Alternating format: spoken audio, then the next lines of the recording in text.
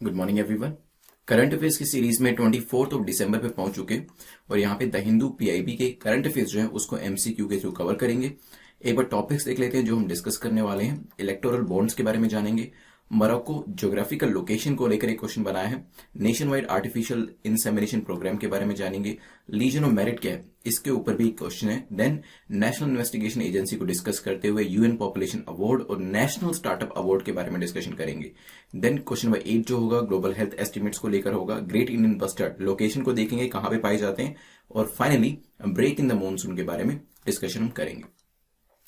3 बजे आज लेक्चर है हमारा प्रीलिम्स मोस्ट एक्सपेक्टेड एमसीक्यूज का अनअकैडमी चैनल के ऊपर।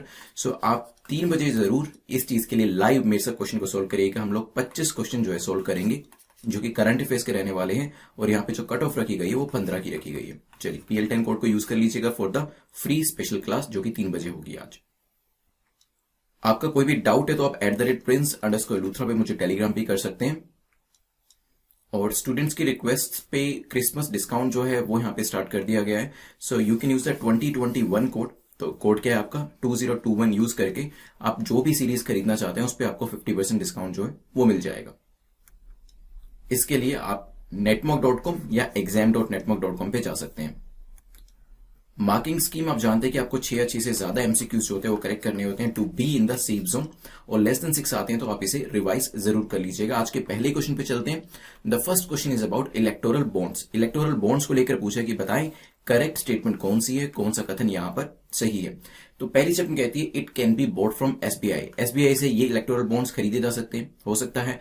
It is an interest free banking instrument issued on a non-refundable basis and is not available for trading। ये trading के लिए अवेलेबल नहीं होते और नॉन रिफंडेबल बेसिस पे इसे इशू किया जाता है।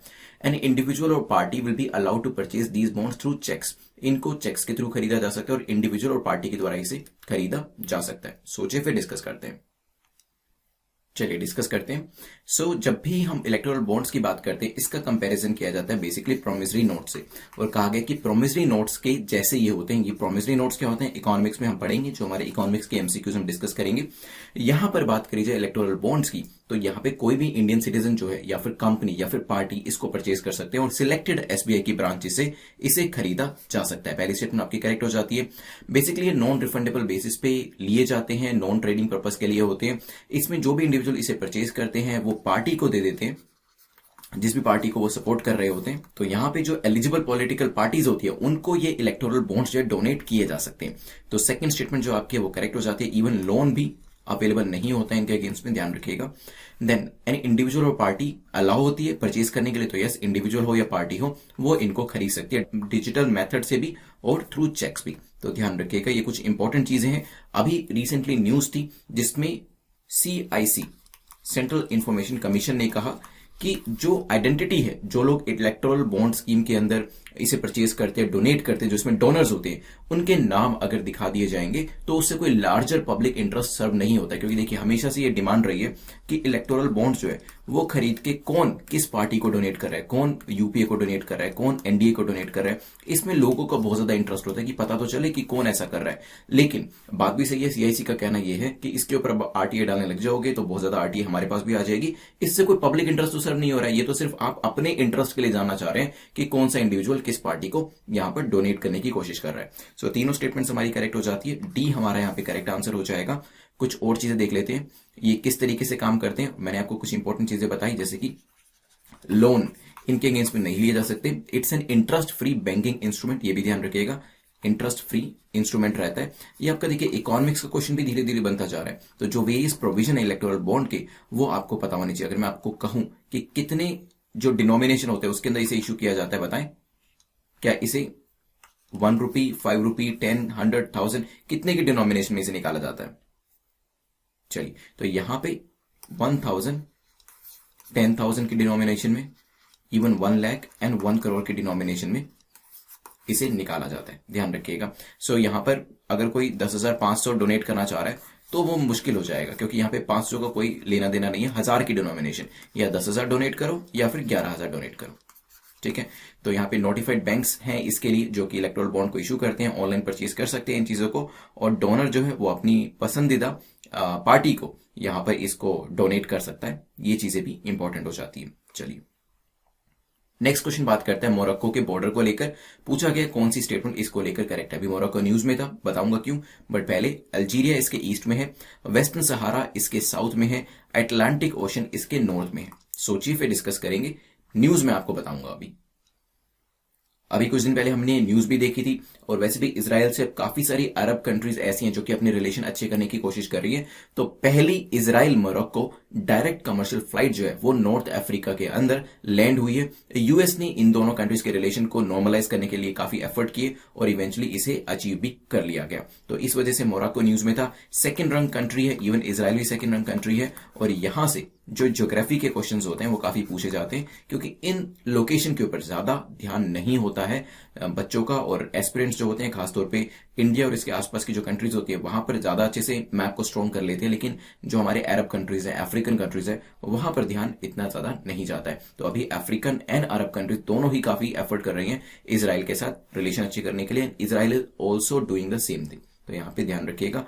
अब चलते हैं मैप के ऊपर, देखते हैं क्या चीज सही है क्या चीज गलत है। चलिए, सबसे पहले तो अटलांटिक ओशन की बात करी गई थी, ये इसके वेस्टर्न में है, ठीक है। अल्जीरिया इसके ईस्ट में है, ऊपर आपको स्पेन दिख रहा होगा, नीचे आपको देन यहाँ पे वेस्टर्न सहारा दिख रहा है। देखते हैं अब क्वेश्चन में क्या क्या पूछा गया। वेस्टर्न सहारा साउथ में था, तो यस वेस्टर्न सहारा साउथ में था। अल्जीरिया ईस्ट में था, बिल्कुल ठीक है, अल्जीरिया ईस्ट में था। लेकिन अटलांटिक ओशन जो था that was in the western direction, west के अंदर लोकेटेड था। आंसर क्या हो जाएगा, A will be the correct answer. चलिए, Consider the following statement about nationwide artificial insemination program. First statement कहती है द नाइप NAIP इज ए प्रोग्राम जिसमें कवर किया जाता है सभी ब्रीड्स को बोवाइन, ताकि मिल्क प्रोडक्शन को इंक्रीज किया जा सके लो कॉस्ट ब्रीडिंग टेक्नोलॉजी को यूज करते हुए। It is one of the largest such programme with 50% central assistance for undertaking breed improvement. इसके अंदर ब्रीड इंप्रूवमेंट किया जाता है, अपने आप में लार्जेस्ट प्रोग्राम है, और सेंट्रल असिस्टेंस इसमें 50% कंपोनेंट रहता है। सोचिए। चलिए, तो recently ministry of fisheries, animal husbandry and dairying ने रिलीज किया है year end review 2020 of department of animal husbandry and dairying का। इस वजह से इसके बारे में न्यूज थी, और नेशनल और nationwide artificial insemination programme को भी मेंशन किया हुआ था न्यूज के अंदर। पूछा जा सकता है इसमें जो सेंट्रल असिस्टेंस रहती है, yes no doubt it is the largest such programme जिसमें ब्रीड इंप्रूवमेंट की बात करी जाती है, लेकिन 100% सेंट्रल असिस्टेंस इसके अंदर रहता है। इस वजह से सेकंड स्टेटमेंट इनकरेक्ट हो जाती है। एंड अगर हम बात करें nationwide artificial insemination programme की, तो इसमें सभी ब्रीड्स को कवर किया गया है। तो यस, इसके अंदर मिल्क प्रोडक्शन को इंक्रीज करने की बात करी गई है लो कॉस्ट ब्रीडिंग टेक्नोलॉजी का इस्तेमाल करके। आंसर क्या हो जाएगा, B will be the correct answer. चलते हैं नेक्स्ट क्वेश्चन के ऊपर। नेक्स्ट क्वेश्चन बात करता है लीजन ऑफ मेरिट के बारे में। पूछा गया legion of merit honour is conferred by, तो किसके द्वारा ये पर्टिकुलर ऑनर कन्फर किया जाता है। अभी रिसेंटली ये जो ऑनर है हमारे प्राइम मिनिस्टर नरेंद्र मोदी को ये कन्फर किया गया है, इस वजह से न्यूज में था और इंपॉर्टेंट हो जाता है एग्जाम के लिए। सोचिए। चलिए, तो यूएस प्रेसिडेंट ने इसे ऑनर किया है, यूएस आर्म्ड फोर्सेस के द्वारा इसे दिया जाता है। सो आंसर क्या हो जाएगा, सी। सो ध्यान रखिएगा किसको दिया गया है, कौन देता है, दोनों चीजें काफी इंपॉर्टेंट हो जाती है। तो the legion of merit is a military award, तो एक तरीके का मिलिट्री अवार्ड है, और यूनाइटेड स्टेट्स आर्म फोर्सेस के द्वारा ये बनाया गया है, और इसे exceptionally meritorious conduct in the performance of outstanding services and achievements के लिए दिया जाता है। चलते हैं नेक्स्ट क्वेश्चन के ऊपर। क्वेश्चन नंबर 5 बात करता है NIA के बारे में, that is national investigation agency के बारे में। पूछा गया NIA को लेकर बताएं कौन सी स्टेटमेंट आपकी करेक्ट है। फर्स्ट स्टेटमेंट कहती है it can investigate terror cases across the country only with the permission from the states. तो ये क्या कर सकता है, ये टेरर केसेस को इन्वेस्टिगेट करता है पूरी कंट्री के अंदर, और यहाँ पे स्टेट्स की परमिशन इसके अंदर लेनी पड़ती है। It came into force after the parliament pass the national investigation agency act. ये कब फोर्स में आया, जब पार्लियामेंट ने NIA एक्ट को पास किया था, उसके बाद ये फोर्स में आया। It functions under the ministry of home affairs, MHA के अंडर ये काम करता है। सोचिए, फिर डिस्कस करते हैं। चलिए, अभी रिसेंटली नेशनल इन्वेस्टिगेशन एजेंसी जिसे NIA कहा जाता है, इसने अभी सर्चेस करी है 7 लोकेशन के अंदर केरला के अंदर, जिसमें थिसूर एंड कोझिकोड डिस्ट्रिक्ट जो है ये शामिल है, in connection with fugitive accused of belonging to the proscribe terrorist organisation Jund al Aqsa believe to be based in Syria. तो ये जो पर्टिकुलर ऑर्गेनाइजेशन है, सीरिया बेस्ड ऑर्गेनाइजेशन है, तो ये जो ऑर्गेनाइजेशन है और ये जो टेररिस्ट है, इसके कंसर्निंग केरला के अंदर, इन रीजन के अंदर एनआईए जो था उसने अपनी सर्चेस कंडक्ट करी है। तो अगर बात करी जाए क्या इसके अंदर स्टेट की परमिशन की जरूरत होती है, तो without having to get the permission, तो यहां पे जैसे केरला में करी है तो केरला स्टेट से परमिशन लेने की जरूरत नहीं है, कल एमपी में करनी पड़ेगी तो कोई परमिशन की जरूरत नहीं है, हरियाणा में करनी पड़ेगी नहीं जरूरत, असम में करनी पड़ेगी तो नहीं इस चीज की जरूरत, स्टेट से पूछने की इसमें जरूरत नहीं होती है। तो फर्स्ट स्टेटमेंट आपकी इनकरेक्ट हो जाती है। और जैसे ही फर्स्ट स्टेटमेंट आपकी निकली, आपने ए और बी को एलिमिनेट कर दिया, इट मीन्स आंसर सी होगा या डी होगा। और थर्ड स्टेटमेंट तो ठीक होगी ही होगी, मतलब MHA जो है ये उसके अंडर में आता है, तो मिनिस्ट्री ऑफ होम अफेयर्स के अंडर में आता है। क्या सेकंड स्टेटमेंट सही है, देखते हैं। क्या इसे NIA एक्ट पास किया गया था उसके बाद ये फोर्स में आया, तो सेकंड स्टेटमेंट थोड़ी सी कॉमन सेंसिकल आप कह सकते हैं, even though common sensical statements भी गलत हो जाती हैं। जैसे आपको याद होगा जो पैसों के बारे में मैंने आपसे पूछा था कि किस मिनिस्ट्री के अंदर आता है, ये petroleum and explosive safety organisation, तो पेट्रोलियम से लग सकते हैं, ministry of petroleum and natural gas के अंदर आती होगी, but it comes under ministry of commerce. तो कई बार कॉमन सेंसिकल जो आपकी अप्रोच होती है वो भी गलत हो सकती है, बट यहां पर इट इज करेक्ट। तो आंसर क्या हो जाएगा, D is the correct answer.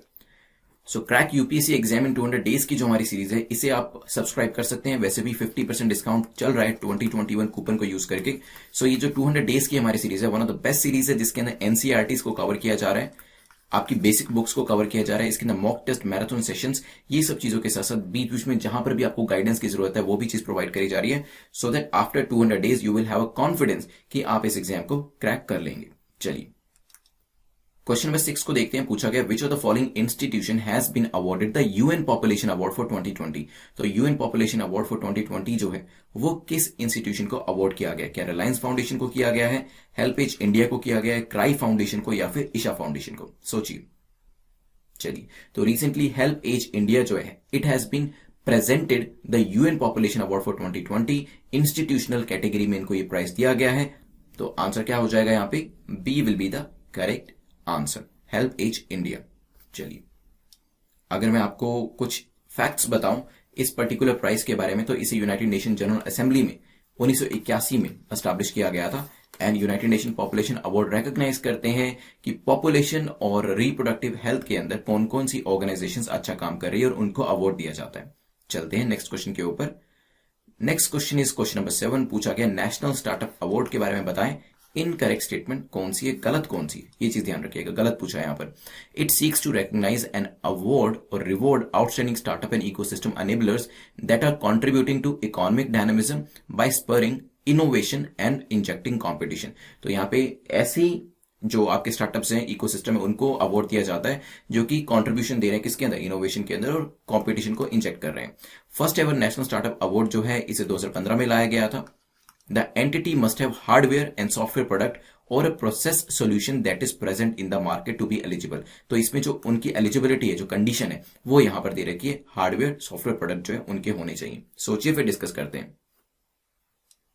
चलिए देखिए, फर्स्ट टाइम जो ये प्राइजेस दिए गए थे, अवार्ड्स दिए गए थे, स्टार्टअप अवार्ड्स, ये करे गए थे अक्टूबर में। हमने इसके ऊपर क्वेश्चन भी डिस्कस किए थे अक्टूबर 2020 में, ठीक है।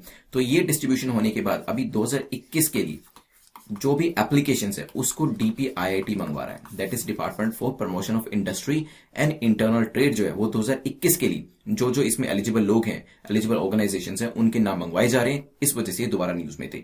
तो यहाँ पे यस, ऐसे ही स्टार्टअप्स को रिकॉग्नाइज किया जाता है जिन्होंने किसी इनोवेशन को बढ़ावा दिया है, कॉम्पिटिशन को बढ़ावा दिया है। तो पहली स्टेटमेंट हो जाती है करेक्ट। क्या इसके अंदर ऐसी एंटिटीज को लिया जाता है जो कि हार्डवेयर एरियाज में हो, सॉफ्टवेयर एरियाज में हो, या किसी तरीके का प्रोसेस सोल्यूशन उन्होंने दिया हो? तो थर्ड स्टेटमेंट भी आपकी करेक्ट हो जाती है। क्या फर्स्ट एवर 2015 में करे गए थे? मैंने आपको बताया कि फर्स्ट टाइम अभी 2020 में कुछ महीने पहले ही किए गए थे, जब हमने इसको डिस्कस भी किया था। तो आंसर क्या हो जाएगा, 1 और 3? नहीं, आंसर आपका होगा ओनली सेकंड, क्योंकि आपको इनकरेक्ट स्टेटमेंट बतानी थी। National startup award 2020 for those who are providing innovation solution, developing innovative technologies, building businesses जो कि स्केलेबल हो, सस्टेनेबल हो, और जो डेवलपमेंटल गेन्स जो है हमारी कंट्री को दे रहे हो।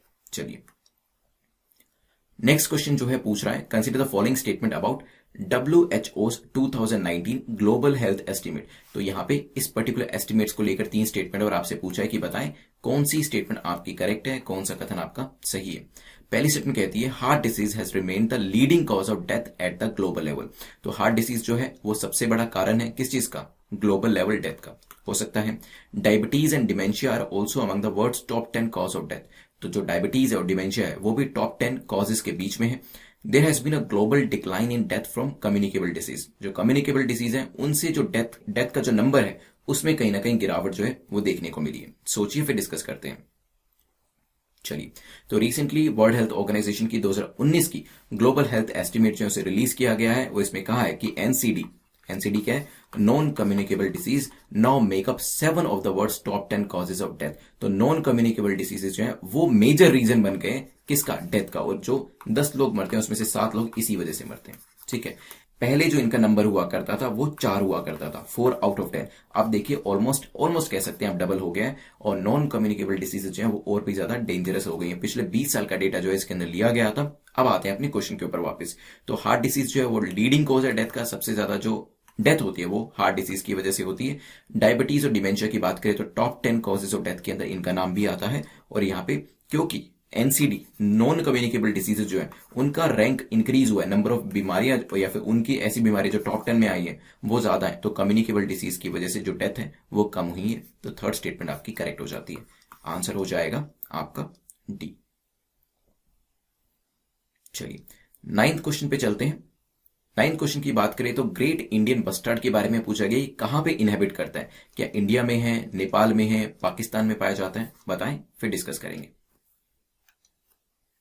चलिए, तो रिसेंटली जो ministry of environment, forest and climate change है और उनके साथ साथ वाइल्ड लाइफ कंजर्वेशन सोसाइटी जो है वो एक यूनिक इनिशिएटिव के साथ आए जिसका नाम दिया है अ फायरफ्लाई बर्ड डाइवर्टर।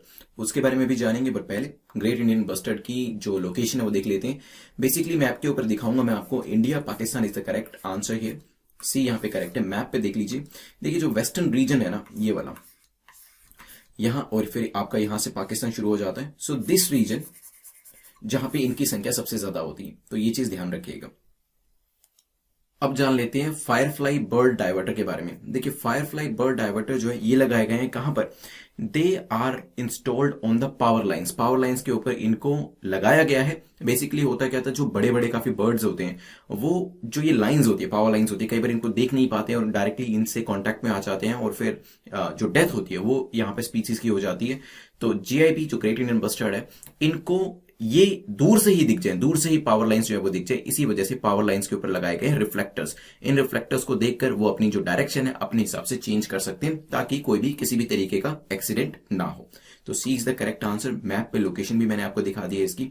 चलते हैं 10th क्वेश्चन के ऊपर। 10th क्वेश्चन बात करता है ब्रेक इन द मानसून को लेकर पूछा है, इसको लेकर बताएं कौन सी स्टेटमेंट आपकी करेक्ट है। These breaks in rainfall are related to cyclonic depression। तो क्या ये रेनफॉल के अंदर ब्रेक्स होती हैं और ये साइक्लोनिक डिप्रेशन से रिलेट करती हैं, हो सकता है। Over the west coast the dry spells are associated with days when winds blow parallel to the coast. West coast के ऊपर कुछ ड्राई स्पेल्स रहते हैं जब बारिश नहीं होती है, और वो किस चीज से एसोसिएट करता है, जब विंड जो है वो कोस्ट के पैरेलल फ्लो करती है। सोचिए फिर डिस्कस करते हैं। तो अभी जो ब्रेक इन मॉनसून था इसको लेकर एक आर्टिकल दिया गया था, वैसे ज्योग्राफी रिलेटेड क्वेश्चन है बट इंपॉर्टेंट हो जाता है एग्जाम के लिए। तो अगर बात करें तो yes, these breaks in rainfall are related to cyclonic depression. Cyclonic depression के साथ ये एसोसिएट करते हैं, और मैं आपको एक बार दिखा देता हूं कि किस तरीके से यहां पर जैसे मॉनसून में ब्रेक किस तरीके से आता है। कुछ हमारे रेनफॉल वाले स्पेल्स होते हैं, काफी बारिश होती है, फिर कुछ ड्राई स्पेल होता है जब बिल्कुल बारिश नहीं होती है। तो इसका रीजन भी बताया गया। पहले तो मैप को ठीक कर दें। तो यहां पे देखिए, अगर जो विंड्स आपकी ब्लो करती है, अगर वो यहां पे हॉरिजॉन्टली कर रही है, जैसे कि यहां पे आपको दिख रहा है, तो जो बादल होंगे, रेन बियरिंग क्लाउड्स होंगे, तो वो पानी को यहां से बे ऑफ बंगाल को लेकर आपके जो कंट्री है उसके ऊपर जो अपना पानी है वो छोड़ देंगे। सो रेनफॉल कहां होगी, कंट्री के अंदर होगी। अगर वो कोस्ट के साथ साथ चलेंगे तो डेफिनेटली वो लैंड के ऊपर तो नहीं आ रही है, और जो पानी होगा जो वो इंडियन ओशन से लेंगे वो कहां पे पूरी की पूरी रेन करेंगे, इंडियन ओशन के अंदर वापस रेन कर देंगे। So it has to be, और जो आपकी जो रेन बियरिंग क्लाउड्स है, जो विंड है, वो कहीं ना कहीं लैंड के ऊपर से जाती हुई होनी चाहिए, तभी जो आपकी बारिश है वो लैंड के ऊपर होगी और यहां पे जो ड्राई स्पेल है वो नहीं आएगा। लेकिन ब्रेक इन मॉनसून का मतलब ही यही होता है कि जो ड्राई स्पेल है वो आता है, और वो किस वजह से आता है, क्योंकि यहां पे आपका हॉरिजॉन्टली नहीं, रादर कोस्ट के साथ साथ आपकी जो विंड होती है वो ब्लॉक कर रही होती है, इस वजह से ड्राई स्पेल्स एक्सपीरियंस करे जाते हैं। तो पैरेलल टू द कोस्ट होती है, तो यस, जो आपकी विंड होती है वो पैरेलल टू द कोस्ट होती है, इस वजह से साथ के साथ से क्लाउड जो होते हैं वो यही साइड से ही निकल जाते हैं, और यहां का जो पानी होता है वो इंडियन ओशन से लेकर इंडियन ओशन में ही वापस से प्रेसिपिटेशन कर देते हैं। सो 10 क्वेश्चन हमारे कंप्लीट होते हैं। अब 2 मिनट के अंदर हम करेंगे रिवाइज। मैं आपसे क्वेश्चन पूछूंगा, it is going to be active revision, और फिर मैं आपसे प्रीलिम्स और मेंस का क्वेश्चन भी पूछने वाला हूं। चलिए, कमेंट सेक्शन में जरूर आंसर करिएगा। लाइव देख रहे हैं तो लाइव करिए, अदरवाइज बाद में कमेंट सेक्शन में आंसर करिएगा, लेकिन रिकॉल करने की कोशिश जरूर करिएगा। फर्स्ट आंसर देना जरूरी है, लेकिन उससे भी ज्यादा जरूरी है आंसर देना। अगर आपको पता है तो जरूर इसका आंसर करिएगा, नहीं तो एटलीस्ट ट्राई जरूर करिएगा। ये मत सोचिएगा कि मेरा आंसर गलत भी हो गया तो बाकी लोग क्या सोचेंगे लाइव सेशन के अंदर। तो कोई बात नहीं, अगर गलत हो भी जाते तो एटलीस्ट आपको उसे करेक्ट करने का मौका मिलेगा। बात करी जाए इलेक्टोरल बॉन्ड्स की, क्या इस पे लोन मिलता है? बताएं यस और नो, जल्दी से बताएं। तो यहां पे लोन नहीं मिलता है। तो ये बताएं कि जो इलेक्टोरल बॉन्ड्स होते हैं ये क्या मतलब इसमें रिफंडेबल होता है, कुछ नॉन रिफंडेबल होते हैं, इंटरेस्ट होता है या नहीं होता है? जल्दी से बताएं। So these are non refundable और इस पे इंटरेस्ट भी नहीं होता है, इंटरेस्ट फ्री बैंकिंग इंस्ट्रूमेंट होते हैं। और यहाँ पे जो स्पेसिफाइड बैंक्स हैं उनकी ब्रांचेस से आप इसे खरीद सकते हैं। अभी सीआईसी ने क्या कहा था कि कौन कौन कहां पे डोनेट कर रहा है इसकी जानकारी देना ज्यादा जरूरी नहीं है पब्लिक इंटरेस्ट के अंदर। मोरक्को के बारे में देखा था, जल्दी से मुझे बताया अटलांटिक ओशन कौन सी डायरेक्शन में था? 4 डायरेक्शन होती है, ईस्ट, वेस्ट, नॉर्थ, साउथ। आपका जो अटलांटिक ओशन है मोरक्को के कंपैरिजन में ईस्ट में है, वेस्ट में है, नॉर्थ में है, साउथ में? जल्दी से बताएं। So it is located in the western direction. ध्यान रखिएगा, ऊपर हमारा स्पेन है, नीचे वेस्टर्न सहारा है। इसके बाद हमने एनएआईपी के बारे में डिस्कशन किया था। सेंटर का असिस्टेंस कितना है जल्दी से मुझे बता दे। 10, 20, 30, 50, 100 कितने परसेंट जो है सेंट्रल असिस्टेंस के अंदर दिया जा रहा है ताकि प्रोडक्टिविटी इंक्रीज करी जा सके लो कॉस्ट ब्रीडिंग टेक्नोलॉजी को यूज करके? जल्दी से बताएं मुझे। यस, काफी लोगों का करेक्ट आंसर आ रहा है। देन हमने डिस्कशन किया था लीजन ऑफ मेरिट के बारे में। कौन कन्फर करता है इसे, कौन सा देश ऐसा जो इसे कन्फर करता है, और हमारे यहां पे किसको दिया गया? So yes, United states confer करता है और हमारे प्राइम मिनिस्टर को इस चीज से नवाजा गया है। नेशनल इन्वेस्टिगेशन एजेंसी जब भी इन्वेस्टिगेशन करती है तो क्या स्टेट की परमिशन की जरूरत पड़ती है या नहीं पड़ती? यस और नो, जल्दी से मुझे बताएं। ये जो पर्टिकुलर एजेंसी है इसके लिए एक एक्ट पास किया गया था, नेशनल इन्वेस्टिगेशन एजेंसी एक्ट, और कौन सी मिनिस्ट्री के अंदर आती है ये भी मुझे जल्दी से बता दें, शॉर्ट फॉर्म में बताएं। तो यहां पर स्टेट की परमिशन की जरूरत नहीं होती है और MHA ministry of home affairs के अंडर ये आती है, ये चीज ध्यान रखिएगा। देन क्वेश्चन नंबर 6 में मैंने आपसे पूछा था, जल्दी से बता दे उस ऑर्गेनाइजेशन का नाम जो कि इसके अंदर इन्वॉल्व थे यूएन पॉपुलेशन अवार्ड के लिए, जिसको इंस्टीट्यूशन किया गया, अवार्ड किया गया है हेल्प एज इंडिया। और किसने इनको इंस्टीट्यूशनलाइज किया था अवार्ड को? Establish bye United nation general assembly 1981 के अंदर। ध्यान रखिएगा। स्टार्टअप इंडिया, ये जो अवार्ड दिए जाते हैं ये कब से दिए जाने लगे? 2020 से, बिल्कुल करेक्ट। और 2021 के लिए एप्लीकेशन जो है वो मांगे जा रहे हैं, ये चीज ध्यान रखिएगा। देन कौन सी डिपार्टमेंट या मिनिस्ट्री इसको लेके आती है ये भी बता दें। डिपार्टमेंट का नाम बताएं, क्या था वो? DPIIT।